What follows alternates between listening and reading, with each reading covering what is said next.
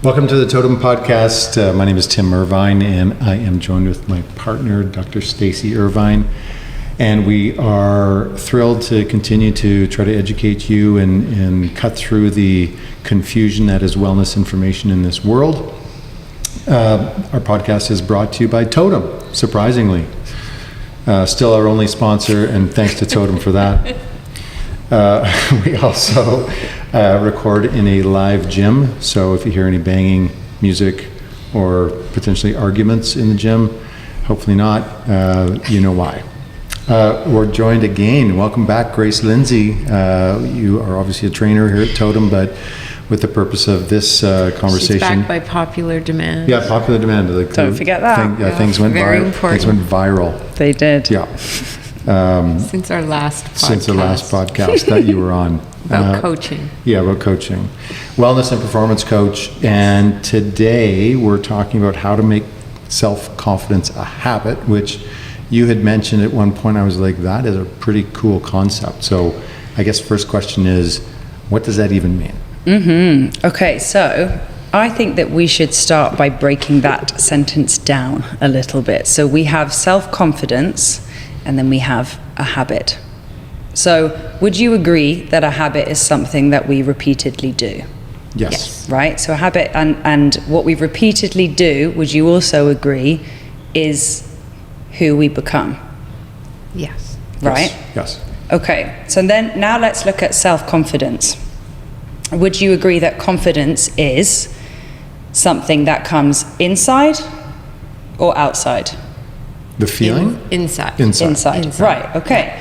So confidence then could be seen as a state of being, right? So our state is kind of the lens in which we experience everything through. So if we are feeling happy, positive, elated, inspired, we are going to experience life or that day or that moment through the lens of that state. We know that when we are not in a positive state and we are feeling low or negative, sad, whatever it may be, we experience life through that state, right? So confidence itself is a state. It's a state of being, and it's something that we all have access to all of the time. And so how do we create how do we make self-confident as a habit? To me, is how do we create that state on a daily basis? Yeah, I wanted to start there. I like that. Yeah? Yeah. I like when you ask us the questions too. That's fun. It's like rapid fire. This is my favorite podcast so far. I didn't plan on doing that. That's awesome. This is such an interesting topic. So I'm going to give you a bit of a personal example. Yeah. So as you know, I do lots of public speaking, television.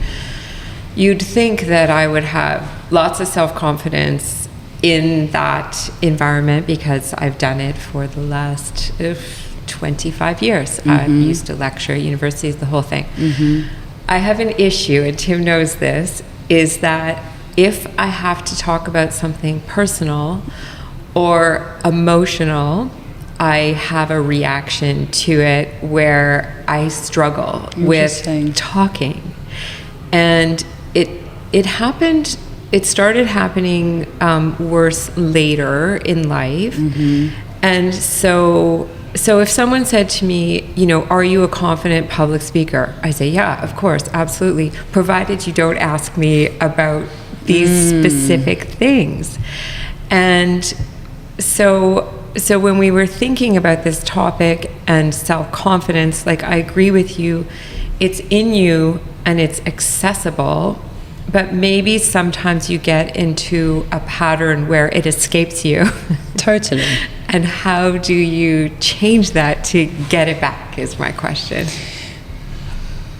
Okay, for that example, I would suggest right now you have a pattern and a story that you've told yourself that when I talk about myself or something personal to me on stage, I find it difficult to talk about.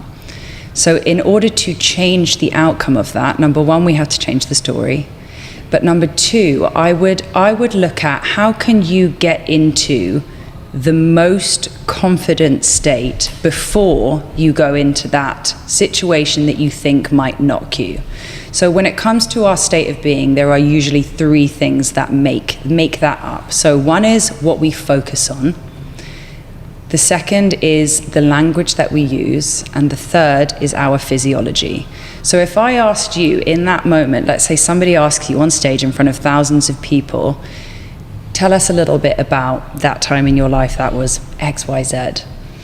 What in the moment, just to take you to that moment for a brief second, we won't spend too long there, but what is going through your mind at that time when someone asks you that question? Terrified. Right. Yeah. Okay. Because I know my voice is going to start to sound weird, and I'm going to struggle to get the words out. So you're right. My mindset going into any talk where I think that might come up, it would be like I'm dreading it. Exactly. Okay. So now let's look at what would the most successful experience of that look like? So what would the most confident Stacy in that moment look like? So let's break that down. What would you need to focus on first of all? So how would you need to think? That's kind of what the focus is asking. What would you need to focus on in that moment to deliver a story about yourself with confidence? I guess I would need to focus on being relaxed and being present and trying to be more entertaining and like all the things that you think about being a good communicator. So I would have to shift my focus away from, oh my God, please don't ask me that question. Totally. Just because I'm going to stutter through it and not be able to answer it, to that I'm okay with that question. Like I'm calm and I'm going to be able to answer it and I'm not going to freak out. Right. Okay. So you've just then now used language, which is the other piece to the puzzle. I feel calm when somebody asks me about myself. I feel at ease. I'm able to talk about my experiences from a place of whatever it is that you want to experience, right? But coming up with that verbiage, that focus, and the last one being your physiology.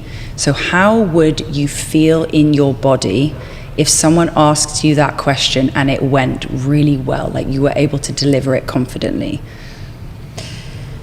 I would feel happy and maybe connected, right? Totally. Like I want to be able to do that. It's just that because it has caused these physiological reactions in the past, I see it as a block to it. But if I did it successfully, I guess confidence would come in there, right? So I would be confident, like, yeah, you can ask me anything and I will be able to answer it and not freak out. Right. But we can't wait for that successful experience in order for you to feel confident doing it. Yeah. So really the only way for you to gain that confidence in that experience is to, one, face it head on, facing our fears, letting go of perfectionism. You don't need to actually deliver it perfectly. Your experience is what is perfect about it, right? And accessing that state, and I think this is a really important piece of the puzzle, is accessing that state before you have gone into that situation or that experience. And we've talked about this before, but visualizing is a really powerful tool in a situation like that. So visualize exactly how that would feel in your body when somebody asks you that question, and visualize you telling that story in the calmest, easiest, most confident way that you possibly could, and knowing, getting so clear on how that would feel before you go into it. People use those types of tools all the time before they go into job interviews, before they do public speaking. Wayne Rooney talks about, there's an interview where he talks about how he's scored that goal, he scored a hat trick in a game or something, and he scored that goal so many times in his head before he actually scored it. He's like, oh, I've scored that goal 1,000,000 times. And so it's visualizing yourself doing it, because our bodies don't know the difference between something we have imagined vividly or an actual lived experience. Yeah, that's a powerful tool. Yeah. It's really interesting because it comes back to this habit. So if I'm hearing correctly, that visualization is a habit, right? So if you repeat it and repeat it and repeat it, Yes. that becomes your voice versus, ooh, I don't want to do that. That's going to make me anxious. My chest is going to get tight. Exactly. So and obviously then if you have success in real life with that, okay, well, I'm going to just keep doing that because that was successful. Right. Or maybe it wasn't perfect, but it was better than when you weren't doing that stuff. So then you keep grooving that habit again over and over again, and slowly but surely get to the point. Is that totally? Well, I think you get a bit of evidence. I think we all need proof. I think we can visualize all we want, but until you go into that situation again and it goes a little bit better than it did the first time, it will be difficult to keep implementing those things. So we do need evidence that thing got a bit better. Of course, right, for confidence. Okay, Totally. so I have a quick question for Tim. Yeah. So describe to me a situation where you lack confidence. I can't. It's just the way it is. Well, that's a tough question. Okay, you think about that. Yeah, okay. Because this is my next... Or do you want to tell it? I don't want to answer that question for you. I do want you to answer the question. But to my point, Yes. I do think that there's, and I've read this in research before, I'm not just, giving my opinion, is that there's such a difference between men and women. Right. And their perception of themselves in situations. And why do you think that is? I wish I knew the answer to that question. I think there are there's evidence out there. There's studies that says, men might look at a job posting and not meet all the requirements, but apply anyways. This is exactly what I'm talking about. Is that they perceive themselves as like I'm guessing because of that example, which I've read that research too, is they are adequate for that job, even though they're missing a bunch of things. And then they say women will look at the same job posting and have all the requirements and be like, I don't know if I can maybe do that. And to me, that's confidence right there. Totally. And do you have an answer yet? I don't have an answer, but I will answer it this way. I think because of the volume of failures that I've had, and I'm kind of joking, but I'm being serious at the same time, that I'm not afraid of the failure. Right? So that, in a weird way, gives me confidence because I don't really care if this doesn't go perfectly because I know I'll be okay. And sometimes there's embarrassment with something not being right. And I would also say that I've historically leaned on, was a university athlete and that sort of, so I always come back to, well, I'm a good athlete. And the only problem that causes is that when I'm around better athletes, and then I'm like, well, now what do I do? Because I'm just the same as them, but I'm not going to compete against them to prove myself wrong. Right. But I think it comes back to that. I'm just not scared of failure because I believe very strongly that you just keep putting yourself out there. You're going to learn. Things are going to get better. And yes, failure is part of the journey. And maybe it's just part of my makeup too. I don't know. But I actually think what you've described there is exactly, you have built that confidence habitually into who you are. You're not afraid of the failure. And you've faced things enough times that scare you that it doesn't scare you anymore, right? Which is really a form of a habit, but it's a habit that is ingrained in who you are. Yeah. And I think doing things that scare you is one of the best ways to increase your self-confidence and self-worth. I'll give you an example. So this is because I think it relates to me, the younger me. Okay. I had a summer job and it was moving, different offices within the university. And one was the anthropology department, and they were setting up a site in this amazing indigenous development just outside Saskatoon. And this guy said, he was the prof, right? And he said, "Hey, we're doing this sweat lodge. Like, do you want to come do it with me?" And I was like, no. Like I said, I was like, well, yeah, maybe. And then I just made up a reason why I couldn't, right? And that's a regret for me, because I was like, now I'm like, that freaks me out, because I don't know what I know what it is, but I have no idea what the feelings are going to be in there. It's going to be super hot, literally the hottest place I've ever been in. But I was afraid of going and doing it. So that's, I guess, an example of, something I've thought about over and over again, that, and will I have at some point a chance to do that? Mm-hmm. Maybe, and I would jump at it, but that was a unique spot I wish I would have said yes to. Totally. And moving forward, you could focus on that time that you said no, that you regretted, or you could focus on all the times that you said yes and you faced the fear, right? Which is the focus that I was talking about in the state. It's like, and it's all tied in with self-image too, right? You could focus on that, and your self-image could suddenly become someone that doesn't face their fears. Yeah, so you're right. Another summer job, the boss needed a volunteer, so I put my hand up because the job that we were doing was boring. And then I had to, for about 3 hours in a hazmat suit and mask, shovel out pigeon crap from a smokestack. So that, it's an experience I could have done without, but you build some confidence there. So I got some. If you need some pigeon crap taken care of, I'm your guy. You survived that.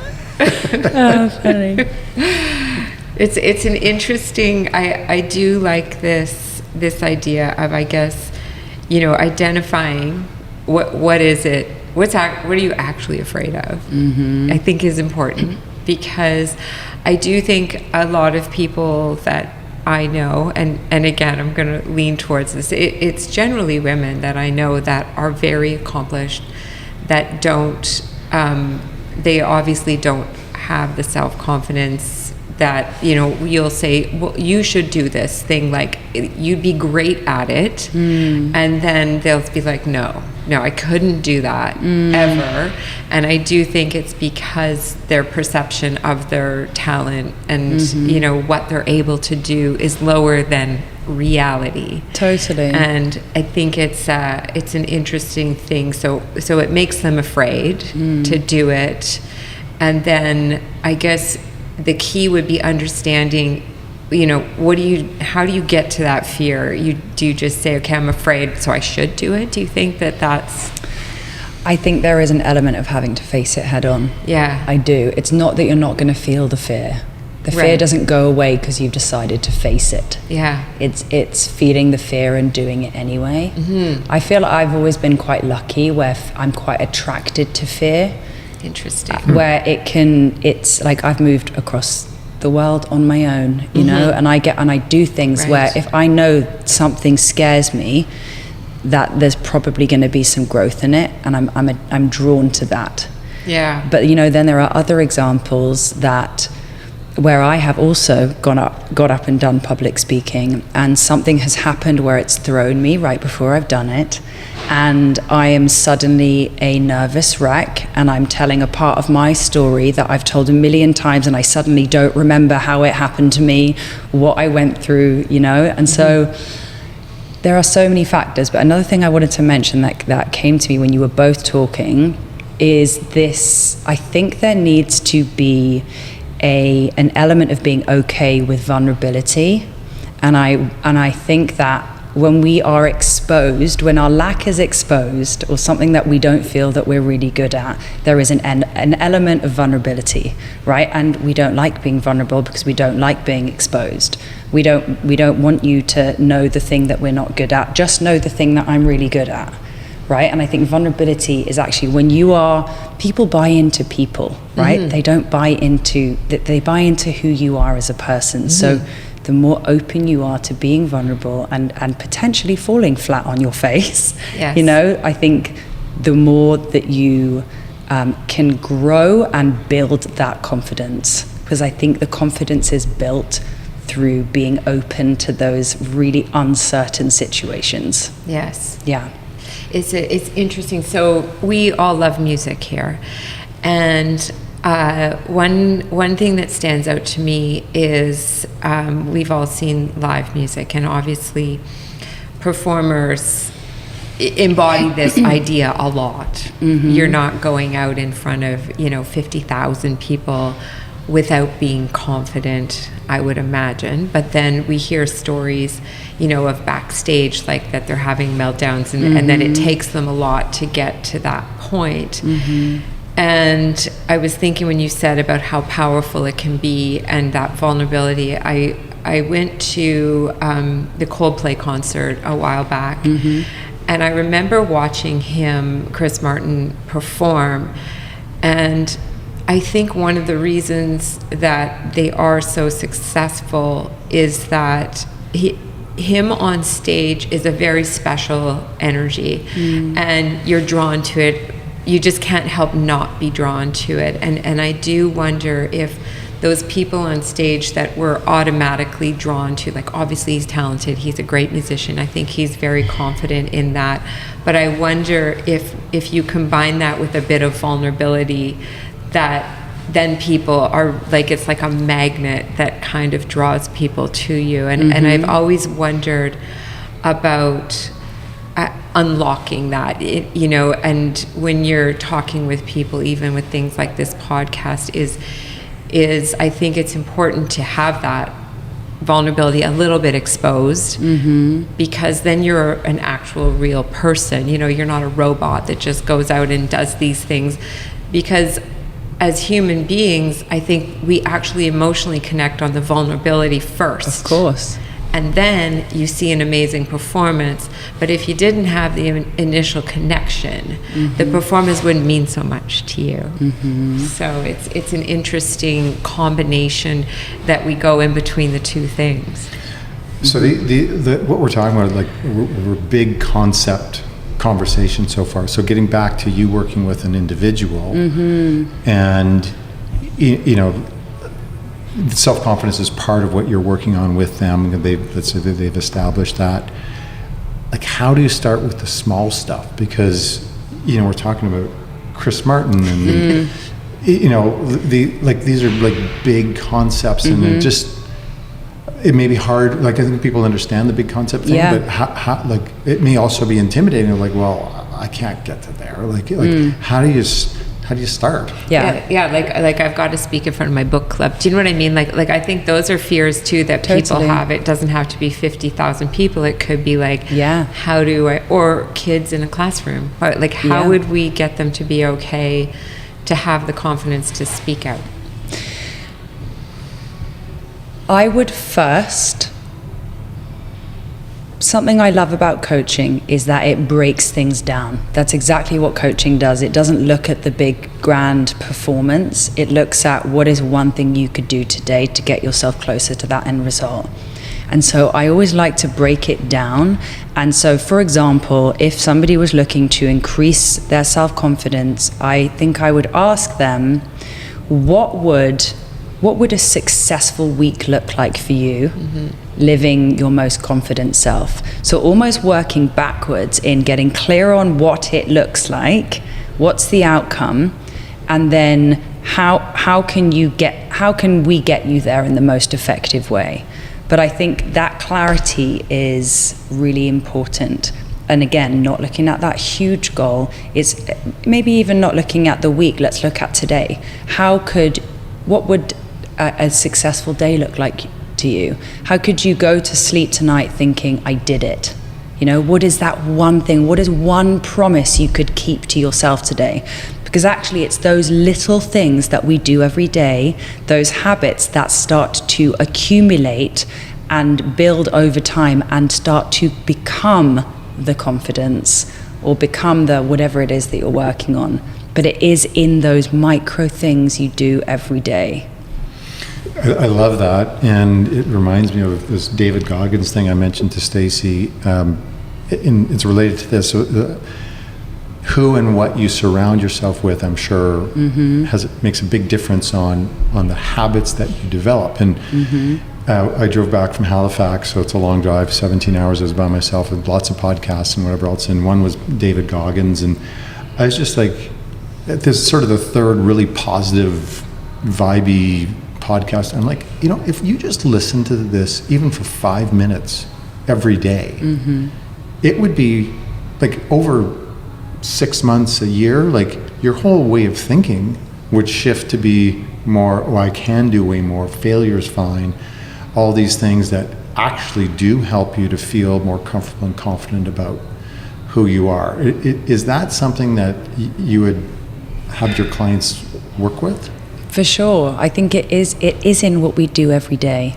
You know, that's exactly what it is. And that's also where our greatest success lie, right? It's in celebrating the small wins. You know, how can you keep that promise to yourself today and put your head on the pillow tonight and feel proud of yourself that you faced that fear, you kept the promise, you did the thing that you said you were going to do, whatever it is, because that act is even though it seems small, it's actually really great. And those things built up over time is what creates the real shifts in yourself. And to start at the right level, right? Like not I'm going to run a ultra marathon. It's, I'm going to run around the block. Exactly. I'm going to do that 3 times Small this week. steps. Yes. And make it super simple. Check. I did those things, and okay, tomorrow or next week will be run around 2 blocks, 3 Exactly. times, etc. Something a question that I really love asking clients is, once we get clear on where they're heading and we explore all the things behind it, is when we get to the action part of the session, because we always finish with an action. What are they putting in place? Is what is one thing you could do more of to get you closer to your goal, and what is one thing you could do less of? And it really breaks it down to help people like, oh, okay, yeah, that one thing, the less of, especially, that thing is actually preventing me from being able to achieve X or achieve Y. Okay, now we've done that. What is one thing I could do more of that would get me there? And it allows people to go, oh, that's just one step. That's one step. That's one win. It's doable. It's doable. That's all I have to do. Okay, success, win, right? And celebrating that. And I think that's so important, because if you keep if you let your success and your happiness, whatever it is, lie at the end of, being Chris Martin and being on stage, it's going to be very difficult to get yourself That's there, why we're right? doing this podcast, because that's what I want to do. Yeah, that's where we're all going. I am the next Huberman. Yeah, Yes. Yeah. Who? Huberman who? Exactly. I love Exactly. that. All right, this has been awesome. The whole concept of self-confidence as a habit, how to create it, it's fascinating, and we really appreciate you coming back. Thank you for having me. Will you return? Of course. If it goes viral. Yes. Thank you. Thank you, Thank Grace. And thanks again for Totum for sponsoring this podcast. See you next time.